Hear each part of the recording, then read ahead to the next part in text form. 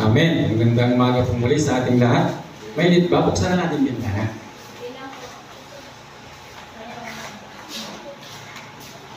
Kaya pa? Purihin ang Panginoon.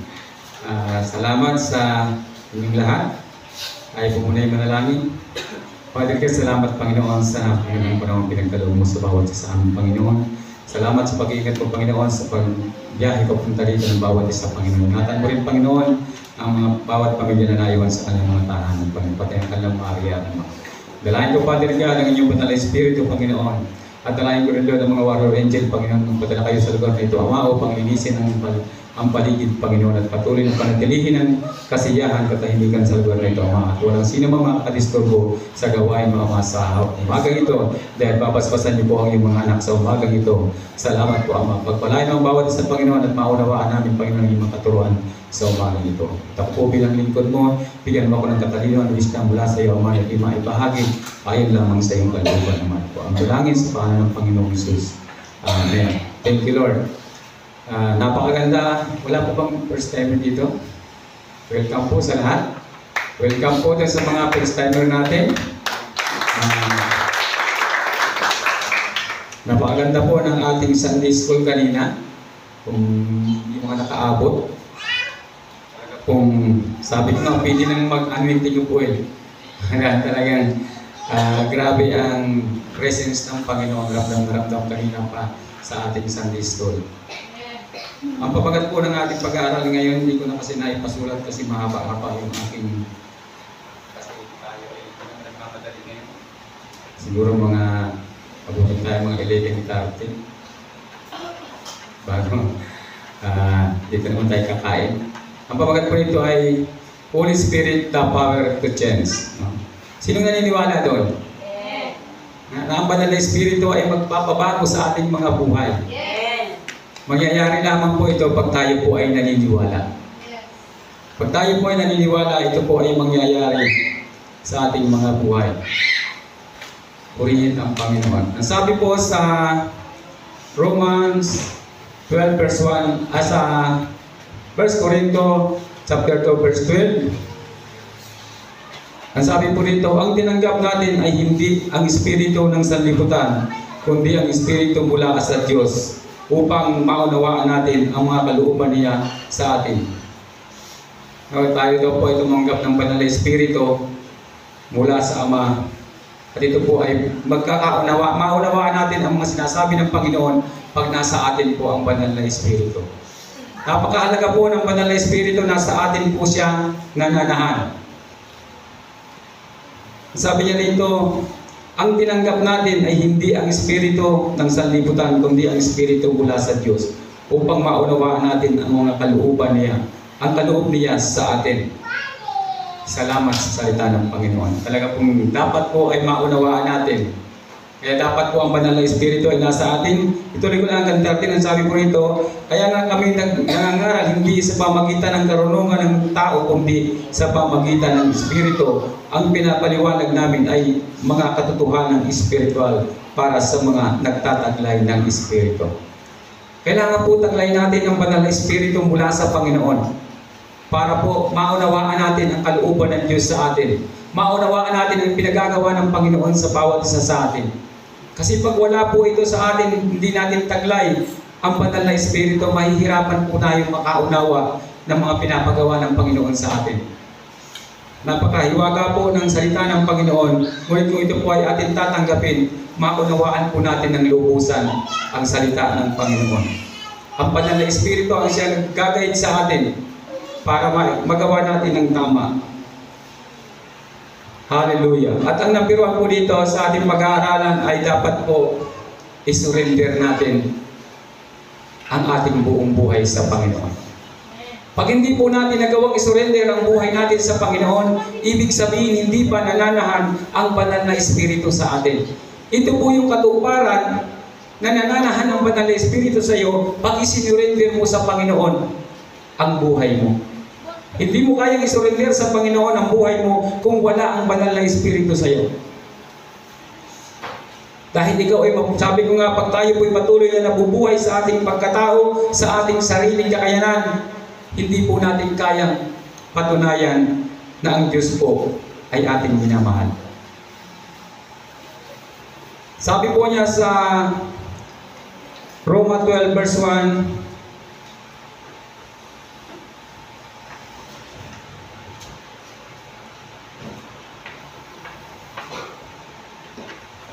tayo po yan sa Roma 12 verse 1 hanggang 2.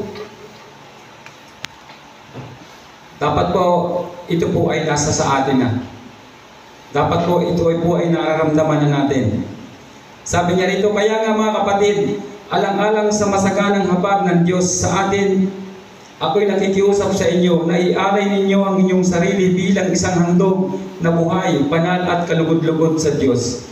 Ito ang karapat-dapat na pagsamba ninyo sa Diyos. Huwag kayong makiayon sa takbo ng mundong ito. Sa halip, hayaan ninyong baguhin ng Diyos ang inyong pag-iisip upang maunawaan ninyo ang kanyang kalooban. Sa gayon, magagawa ninyo kung ano ang mabuti, kalugod-lugod at ganap na kalooban ng Diyos. Pag wala po ang banal na Espiritu sa atin, hindi po natin kayang ialay. Sabi ito, kaya nga mga kapatid, alang-alang sa masaganang habag ng Diyos, sa atin ako'y nakikiusap sa inyo na ialay ninyo ang inyong sarili bilang isang handog na buhay, banal at kalugod-lugod sa Diyos. Hindi po natin kayang ialay ang ating sarili sa Panginoon kung wala po ang banal na Espiritu na nananahan sa atin. Mahirap po natin gawin ito kung wala ang banal na Espiritu. Kaya sabi ko nga, dapat mauna po ang banal na Espiritu sa atin. Dapat maunawaan natin na napakahalaga po ng banal na Espiritu na siyang nananahan sa atin. Malalaman mo ito pag sabi nito sa sunod na verse, sabi niya, huwag kayong makiayon sa takbo ng mundong ito. Sa halip, hayaan ninyong baguhin ng Diyos ang inyong pag-iisip upang maunawaan ninyo ang kanyang kalooban. Sa gayon, magagawa ninyo kung ano ang mabuti, kalugod-lugod at ganap na kalooban ng Diyos. Dapat po, ma-surrender natin ang ating sarili. Isurrender mo ang iyong buhay sa Panginoon. Isurrender mo ang iyong finances sa Panginoon. Isurrender mo ang lahat ng pangailangan mo sa Panginoon. Pati ang iyong pamilya, isurrender mo sa Diyos. Lahat ng tinatangkilik mo sa buhay, dapat ito po ay isurrender natin sa Panginoon. Dapat totally surrender tayo sa Panginoon. At hindi mo ito magagawa kung hindi nananahan sa iyo ang banal na Espiritu. Kaya napakahalaga po na mababago ang buhay natin kung ang banal na Espiritu po ay nananahan sa atin. Kaya po natin isurrender ang buhay natin sa Panginoon. Ang buhay po natin ay napakahalaga sa Diyos. Ito po ang pinakaiingat-ingatan ng Panginoon sa atin, ang ating buhay. Kaya pag ito po isinurrender natin sa Kanya, magagawa ng Diyos ang gusto niyang gawin sa atin. Pero pag tayo po ay nagpupumiglas at ang ating sarili pa rin ang nasusunod, hindi po makakikilos ang banal na Espiritu at hindi po magagawa ng Diyos ang mga plano niya para sa buhay mo, para ikaw ay magtagumpay. Sabi niya, huwag na kayong makiayon sa takbo ng mundo. Di ba, kung dati ikaw ay mahilig sa mga, di ba, mapapansin mo naman yan, kung ang banal na Espiritu ay nananahan sa iyo at talagang isinurinder mo ang buhay mo sa Panginoon. Mapapansin mo yun. Kasi, kung dati mahilig ka sa mga makamundong laro, makamundong gawain, lagi kang pumupunta ko sa mga, dati pumupunta ka sa mga disko-diskohan, pero ngayon, iba na yung ginagawa mo. Malalaman mo sa sarili mo, dati hindi ka naman mahilig magbasa ng salita ng Panginoon. Dati hindi ka mahilig manalangin. Diba? Dati hindi ka mahilig tumulong. Dati hindi ka mahilig pumunta sa mga gawain. Ngayon, araw-araw, pag mayroong gawain, nandun ka. Diba? Malalaman mo. Thank you.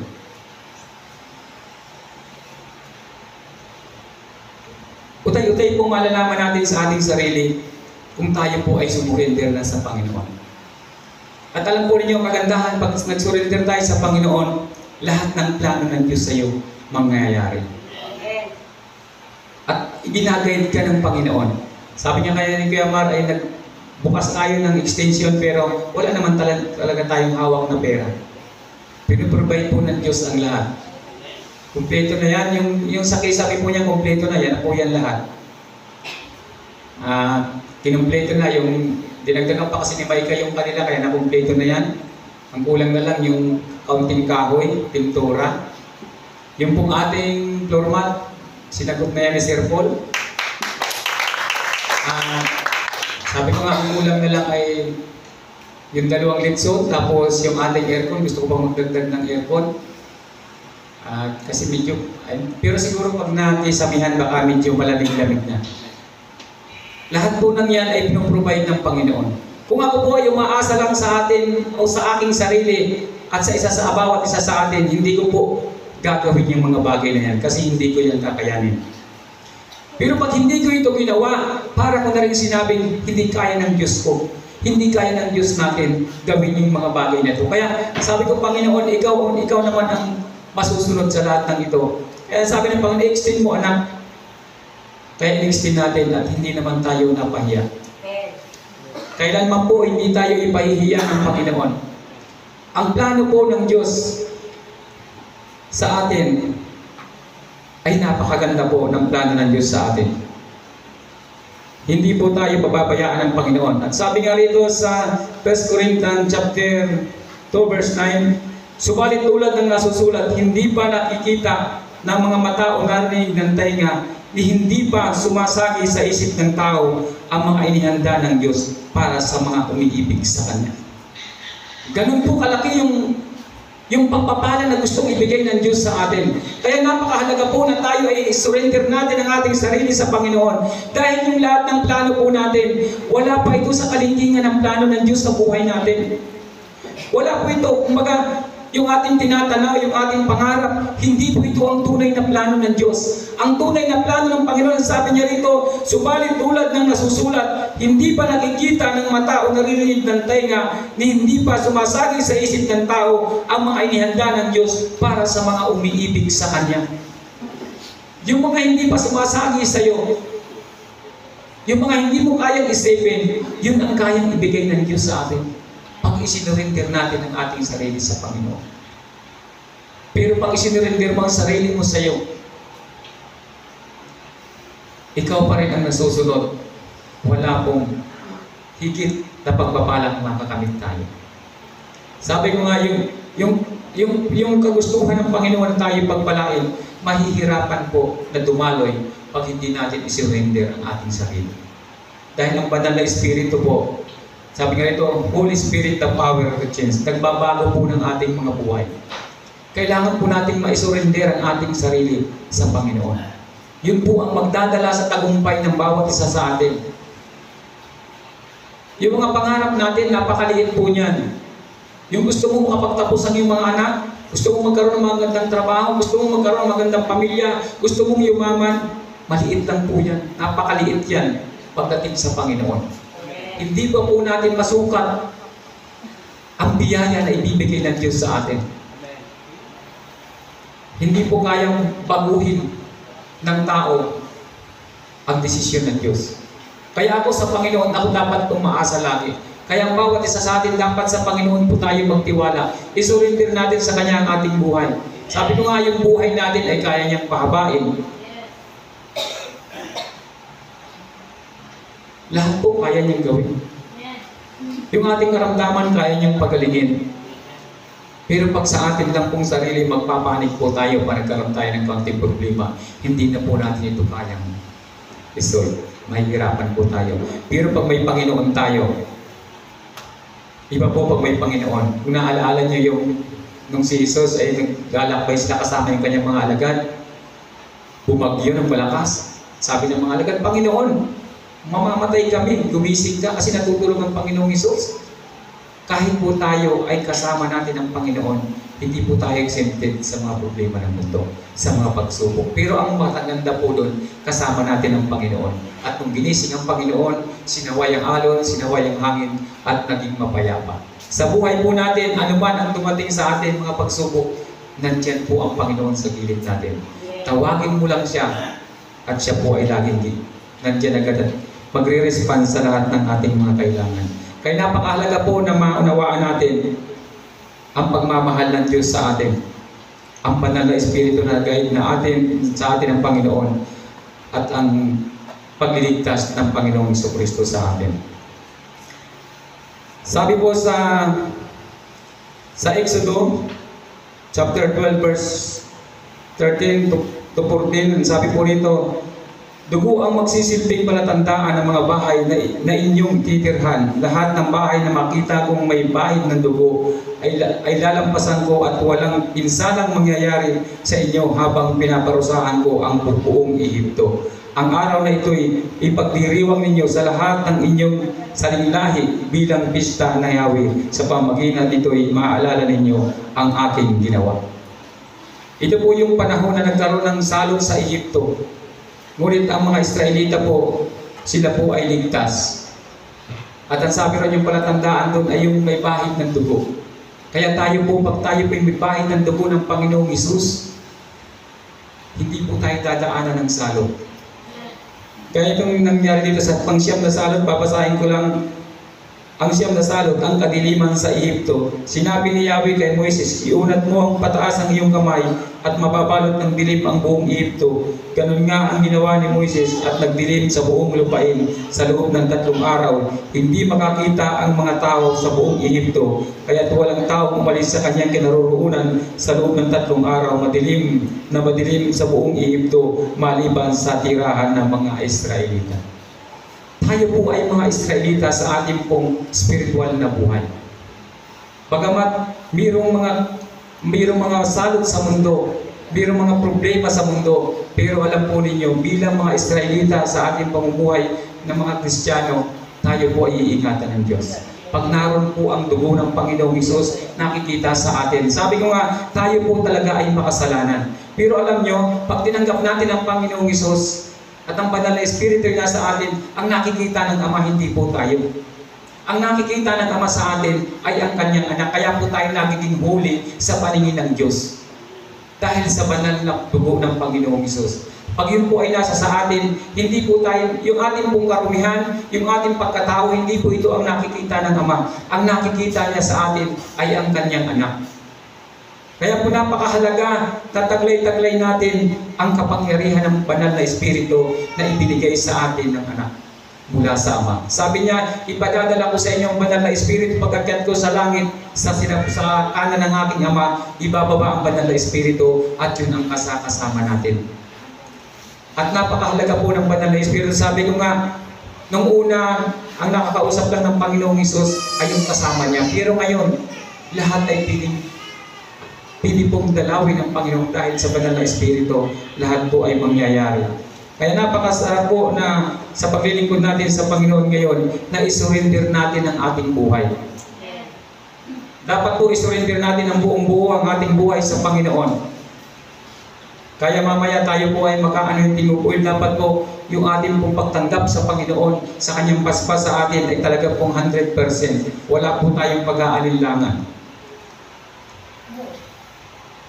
Pangalawa po rito ay spirit. Dapat po, di ba sabi niyo po kanina, huwag tayong makiayon sa takbo ng mundo. Dapat nakasipirit po tayo. Dapat talaga yung ginagawa natin ay ayon sa kalooban ng Panginoon.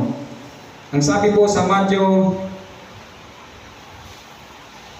27 verse 24,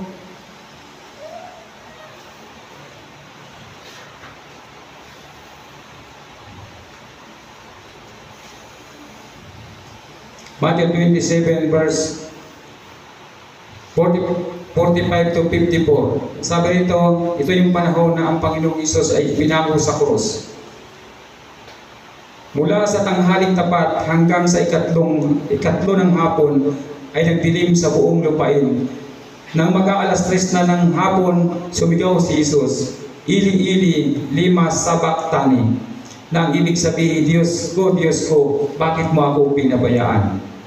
Ito'y narinig ng ilan sa mga nakatayo roon, kaya't sinabi nila, tinatawag nila si Elias. May isang tumakbo kagad at kumuha ng espongha, binasa ito ng maasim na alak, nilagay sa dulo ng isang patpat at pinasipsip kay Jesus. Sinabi naman ng iba, hintayin natin tingnan kung darating si Elias upang iligtas siya. Muling sumigaw si Jesus ng malakas at siya ay nalagutan ng hininga. Biglang nahati ang tabing ng templo mula sa itaas hanggang sa ibaba. Nayanig ang lupa at nabiyak ang bato. Nabuksan ang mga libingan ng mga libingan at muling nabuhay ang maraming banal na namatay. Lumabas sila sa libingan at pagkatapos na muling mabuhay si Jesus, sila ay pumasok sa banal na lungsod at doon marami ang nakakita sa kanila. Nasindak ang opisyal at ang mga kawal na nagbabantay kay Jesus na maramdaman nila ang lindol at masaksihan ang lahat ng nangyayari. Sabi nila tunay nga na siya ay anak ng Diyos. Nung una pa man po, nung ang Panginoong Hesus ay mabuhay, marami na po ang nabuhay ng mga banal. Siya po muna, bago siya umakyat sa langit, siya po muna ay pumasok sa kalaliman ng lupa. At yung lahat ng mga banal, nabuhay po sila. Ganun po ang kapangyarihan ng Panginoon. Yung kanyang dugo na nabuhos sa krus ng Kalbaryo, yung kanyang katawan na naipako doon sa krus, napakatindi po ng kapangyarihan nito. Pag ito po ay ating tinataglay, wala po tayong kamatayan. Kahit ngayon nasa ilalim ng lupa ay kayang buhayin. Mabubuhay po tayo din. Napatunayan na po natin na ang Diyos po ay nabuhay. Kaya po dapat taglayin natin ang banal na Espiritu na ipinagkaloob ng Ama sa atin sa pamamagitan ng anak. Kaya sabi po sa number ko, i-separate natin ang ating sarili. Kumbaga yung pong ating ginagawa, dapat po ito ay nauukol sa kalooban ng Ama. Yung sa kalooban ng Diyos na talagang sinasabi ng Panginoon, kung ano yung talagang dapat na ginagawa ng mga anak niya, dapat yun po ang ating ginagawa. Yung pagtitiwala natin sa Panginoon, ilagay natin sa puso natin, sa isip natin, yung 100%. Sabi ko nga, itong mundong ito pansamantala lang. Ang sabi nga ng Panginoon, mawawala ang langit at ang lupa, ngunit ang kanyang salita ay hindi mawawala ng bisa. Kaya lagi po nating tatandaan na sa mundong ito ay temporary lang po ang lahat. Napakasaglit lang natin dadaan sa mundo. 100 years, siguro na mahaba na yun. Hindi na halos umaabot ng ganun. Kung ikaw ngayon ay 50 years, kung mag-80 ka, 30 years na lang.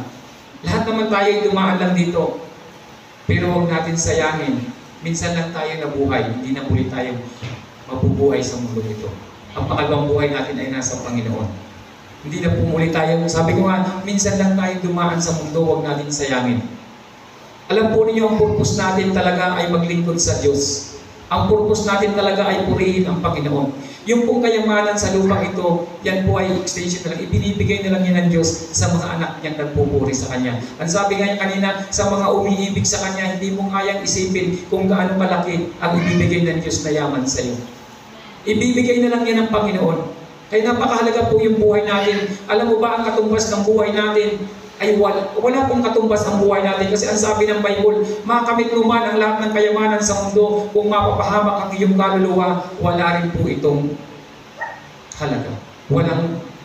Kumbaga, kung iisipin natin at papartneran natin, wala pong partner na halaga yung buhay natin sa paningin ng Diyos. Kaya nga, wala ni isa man sa atin ang gusto niyang mapahamak. Lahat tayo ay makasama niya sa darating na taktang panahon.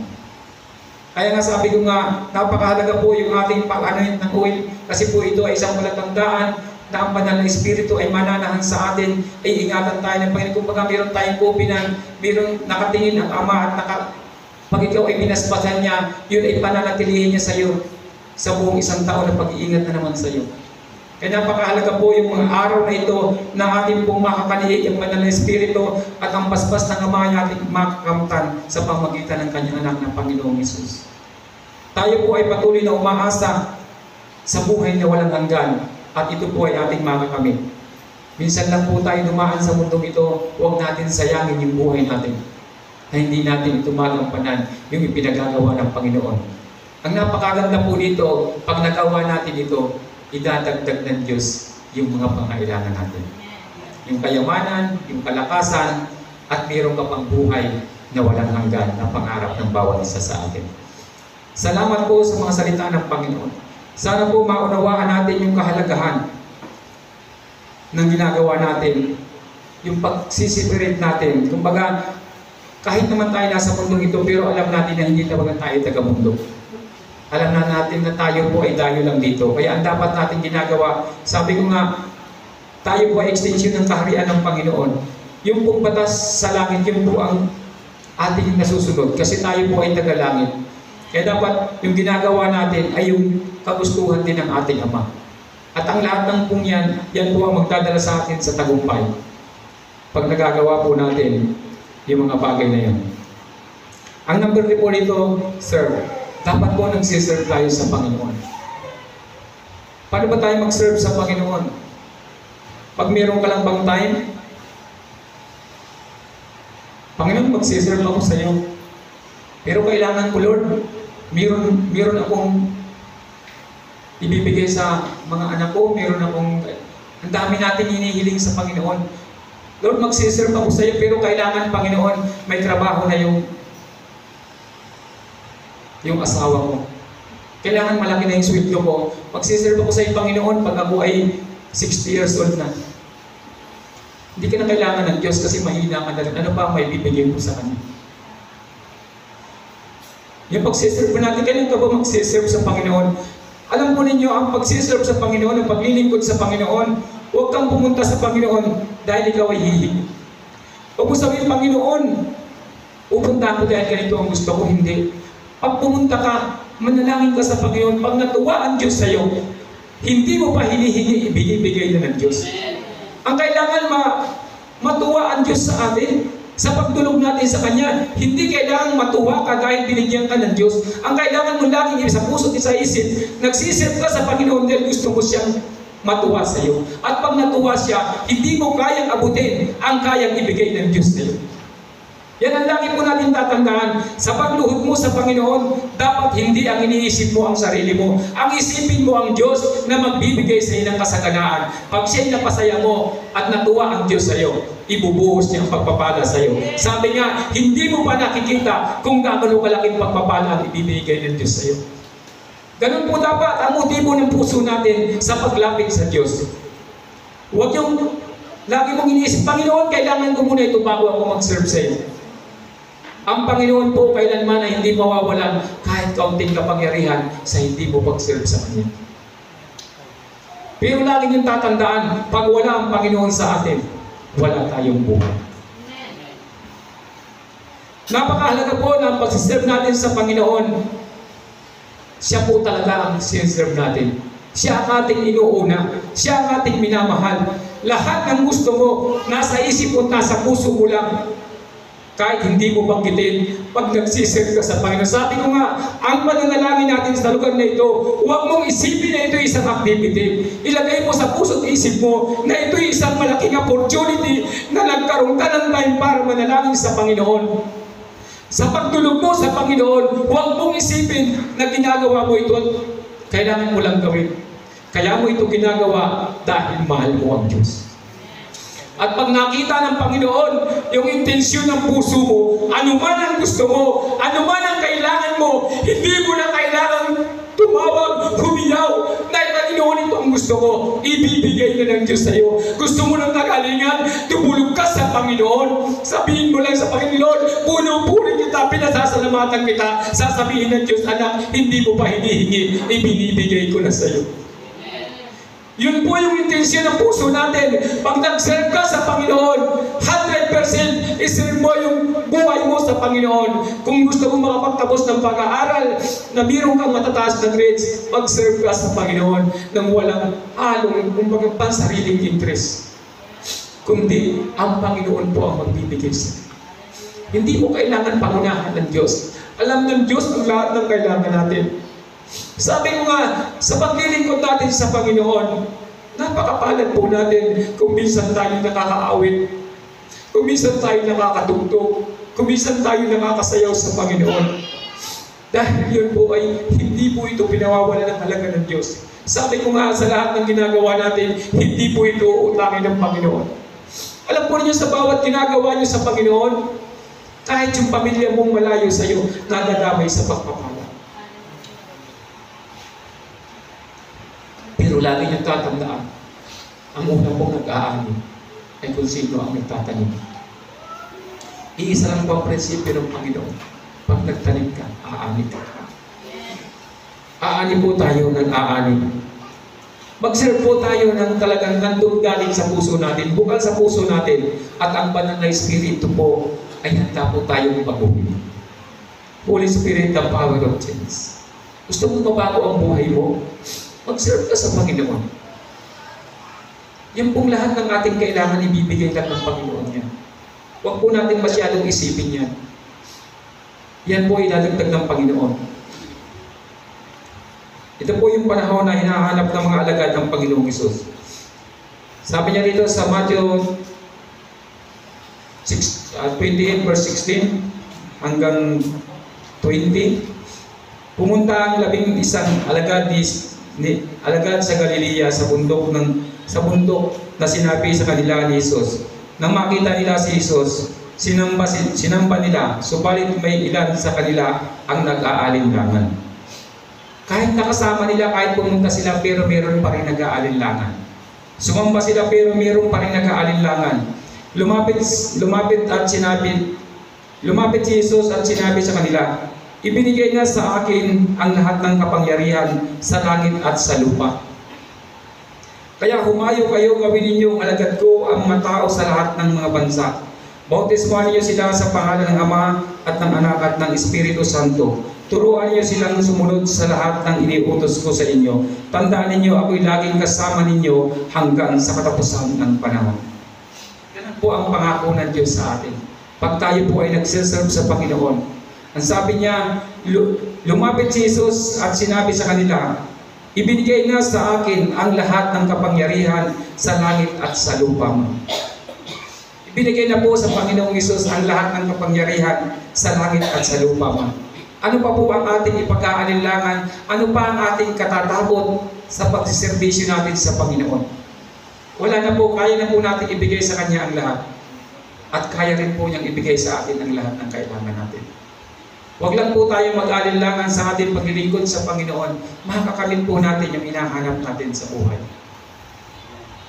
Yan po ang katotohanan. Sabi ko nga, ang tao pag nangako, hindi mo yan piling panghawakan. Kahit pasabihin mong siya ay mabait na tao. Kahit siya ay matapat na tao. Kasi hindi mo naman alam kung isang araw nagkasakit din siya ng hina. Hindi rin niya may bibigay sa iyo kahit gusto niyang ibigay. Kahit siya isa pang pinakamayamang tao sa mundo, hindi mo ito piling panghawakan ng 100%. Kasi pwede siya mawala anytime at hindi na rin may bibigay yung pinangako niya sa iyo. Ang Diyos lang po ang pwede natin panghawakan ng kanyang pangako. Dahil kailanman hindi po siya mawawala. Kaya sabi niya mawawala ang langit at ang lupa, ngunit ang kanyang salita ay hindi mawawala ng misa. Kaya napakasarap po na ang banal na Espiritu ang nag-guide sa ating paglilingkod sa Diyos. Wala po na pong ibang pinakamasaya. Sabi ko nga sa buhay ko, ang dami ko na rin pong naranasan.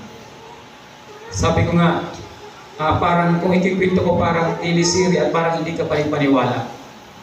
Nakaranas na ako na kinilig ako, sinaksak, at nakaranas na rin ako ng kulungan. Diba, yung sabi ko nga, yung pagmamahal ng Diyos sa akin, hindi ko maabot isipin. Sabi ko, yung pinakamasamang nagawa sa mundo, nagawa ko rin. Ako po ay naging layas din sa Manila. 14 years old ako, pumunta ako ng Manila kasi sabi maganda ang Manila. Wala akong kilala, nagpindor ako sa mga bus, ano-anong ginawa. At talagang napakarami ko bilang tao. Dahil nagawa ko rin yung mga ginagawa ng ordinaryong tao ng panahon na yun kasi wala akong makain. Sabi ko, grabe yung dinaanan ko. Hindi ko maabot isipin na ako ay ginamit pa ng Diyos. Kasi naging kriminal din ako. Nakulong. Sabi ko, Panginoon, kaya pag ako umiyak, sagad po sa puso ko. Sabi ko, Panginoon, yung pagpapatawad mo sa akin, hindi kayang gawin ng tao.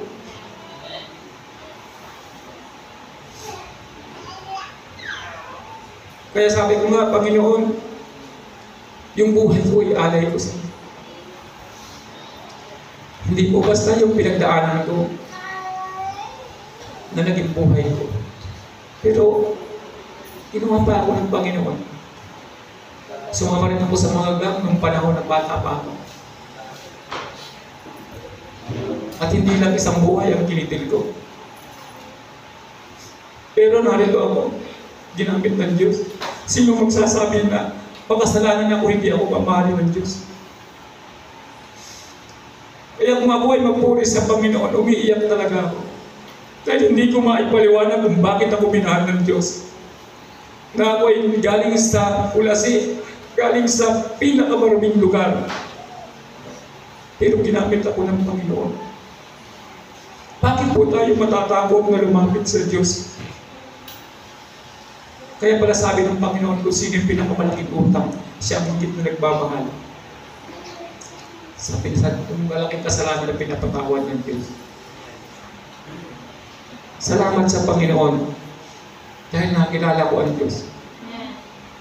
Kinakailangan ko pang mapunta sa kulungan para makilala ang Panginoon. At yan ang unang ministry ko noon, nung ako ay nakakilala sa Panginoon. Hindi ako natatakot pagdating doon sa jail, bubuksan yung jail, isasara yung jail, doon ako sa loob. Nakalak din yun. Paglalabas ako sa kalang bubuksan. Ang ipinartner pa naman sa akin yung si Paul, yung ano. Nahirap ako mag-English. Kaya karamihan nagsisinya-sinyasa na lang kami. Kasi siya may pera eh. Kasi hindi ka pwede pumasok sa kulungan, wala kayo papakain, baka ikaw ang kainin. Kaya, pero ginawa ko po yun. At kami ni Pastora talaga nakakaranas kami niya na yung pagsiserve namin sa Panginoon. Umakyat kami sa bundok. Sabi ko, kapit, kasi yung motor namin, yung inihiram lang namin yun, yung pala tinatalian lang ng guma yung gasolinyador, naputol ay ahonin. Pag ganun ko umatras, pag yung ko sa likod ko, wala na siya, nandun na sa, nakatalo na, ako na lang ang natumba. Gasgas yung tuhod ko. Pero go pa rin, tuloy pa rin dahil alam namin may naghihintay sa lugar na yun. Pagdating namin doon, meron naman silang pastor doon, pero sabi nila, ikaw na lang magpastor sa amin. Sabi ko, ang Panginoon ang magsasabi, hindi kayo. Kasi may pastor kayo dito. Pinapunta lang ako dito para saluhin yung activity nyo ngayon. Ganun po, kahit maulan, tuloy-tuloy kami niyan. At pag kami inuutosan noon, wala talagang binibigay sa aming budget para sa sarili namin. Maghanap ka ng budget mo para makarating ka rin sa pinapapuntahan sa iyo. Yung pagsiserve po sa Panginoon, sana po ito ay nasa puso natin. Pag wala sa puso mo ang pagsiserve sa Panginoon, sabi ko nga, hindi ka tatagal. Darating ang time, hindi give up ka. Kasi hindi mo pa kilala ang Diyos. Dapat makilala po natin ang lubusan ng Panginoon kung gaano po ang kapangyarihan niya sa atin. Sa totoo lang naman, wala naman talagang tayong pwedeng ipagmalaki. Sabi ko nga, yung pamilya natin, hindi naman natin sila kayang bigyan ng magandang buhay.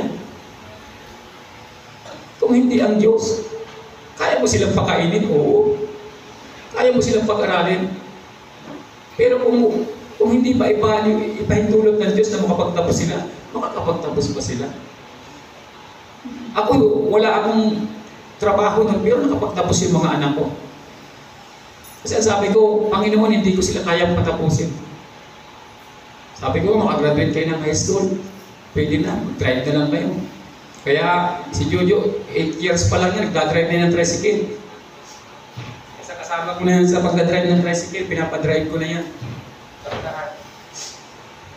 Kaya magaling niyang mag-drive, talagang sabi ko mag-drive ka na. Si Paul, si Pinierson, pinaikot yung tricycle, muntik pang sumimplang. Talagang, pero alam po ninyo lahat, na ginawa ko sa Panginoon, sinuklian po ng Diyos. Sinuklian po ng Panginoon. Sabi ko nga, yung may kapatid ako na yung panganay sa amin, sabi niya, yung mga anak mo hindi nagkaroon ng bisyo. Sa totoo lang, hindi ko naman sila sinabihan na huwag magbisyo. Pero talagang hindi sila naging sakit ng ulo ko. Pag sinabi ko, dyan lang kayo, dyan lang yan sila. Sabi nga ni Miles, naalala ko pa yung sabi ni Miles, pambihira ito mga anak mo, Brad. Pag sinabi mo, dyan lang umupo, dyan lang umupo. Sabi niya, paano pang magkasulog yan? Wala ka pa. Baka hindi umalis. Grabe, yung ganun yung Pero hindi naman ako talaga namamalo ng sagad. Pero ganun yung disiplina ng Panginoon. Sila po ay lumaki sa simbahan. Talaga pong, pag tayo po ay nagsiserve sa Panginoon, ang Diyos po ang mag-aayos ng pamilya natin. Kinabuhanglas natin yung mag-serve sa Panginoon. At ang pagsiserve po natin sa Panginoon, ilagay po natin sa ating mga puso. Kaya prepare po natin ang ating mga sarili dahil mamaya po after ng giving, tayo po ay mayroong tinupuin, pamilya po. Ang gagawin po mamaya, kaya anoint ko muna si Kuya Mar, pati si Pastora, tatlo po kami mag-anoint sa inyo. Para ang paspas po ng Panginoon ay ating kumakamit. Prepare po natin ang ating mga puso, tanggapin natin ang kapangyarihan ng Banal na Espiritu na siyang mananahan sa atin para kumakamit natin ang paspas mula sa amin. So tayo po yung tayo po yung manalangin. Father God, salamat Panginoon sa umagang ito, Panginoon. Salamat sa iyong mga salita, Panginoon. Nawa ito po nagsilbing lakas sa bawat sa amin, Panginoon. At kami po ay magtagumpay sa lahat ng aming ginagawa, Panginoon. Salamat po, Ama, na nanging Lord na bawat isa, Panginoon, ay na-surrender ang puso ng bawat isa sa umagang ito. At sa amin po paglilingkod sa inyo, Panginoon, kami po ay inyong sasamahan naman. Salamat po, Panginoon. Pamdalangin sa pangalan ng Panginoong Hesus. Amen. Thank you, Lord.